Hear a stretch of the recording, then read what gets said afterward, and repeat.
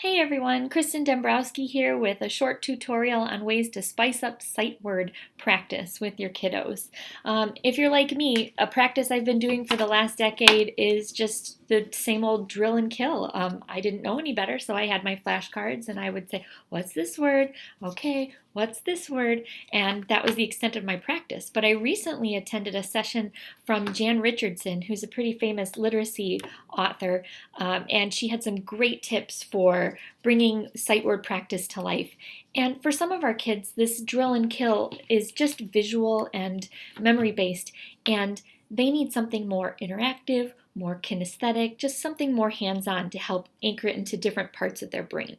So here were her techniques that I thought were just fantastic. The first thing she did is she showed them the word. Here's my word. And they had actually seen this already from a reading they had just completed. It was a word she selected from a text, so they've already seen it in context. She said, what's this word? Ah, yes, 11. Now, what happens? Oh, what's missing here? Right, the EL, good job. There it is. What's missing here? The EN. So we did this several times. What's missing here? And you can just do one letter or a combination of letters just to get the kids thinking about the letters that are in this word and the order in which they appear.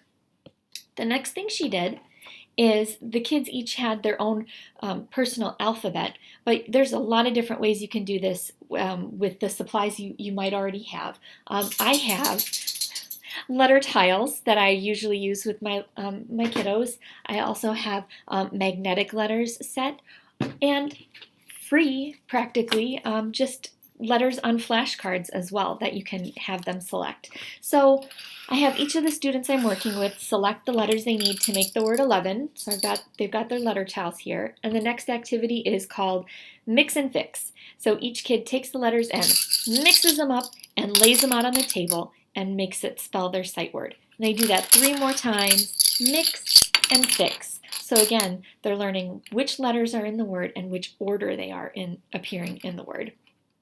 After fix and mix, then each student has a copy of this word in front of them, but she has them cover it up and see what they can recall. But the word hasn't totally disappeared, so if they need to check, they can. So we're going to cover up the word 11, and we're going to try to finger spell it underneath and write 11. Nice job.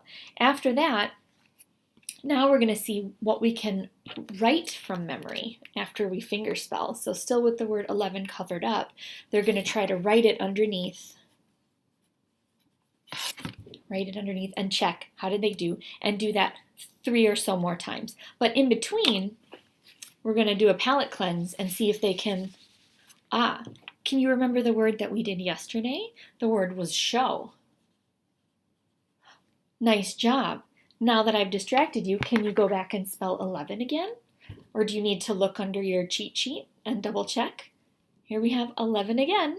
So in all of these activities, the students are manipulating the sounds, they're reordering the sounds, they're thinking about the sounds that are in the word and the order in which they appear, and they're helping anchor it into these different parts of their memory: auditory, visual, and kinesthetic. So just some great quick activities to do to spice up your sight word practice. One thing I would caution you doing, however, is if you have like a small group, maybe 4 students, sometimes the trend is to do everything chorally. So what's this word? And everyone says 11. You can do that sometimes, but I think it's also important to single students out and give them each a turn to do it individually, because that will help you tune into who's getting it and who's struggling. So a mix of choral and individual practice in your small group instruction. And that's it for today. Thanks, and let me know if you have any questions.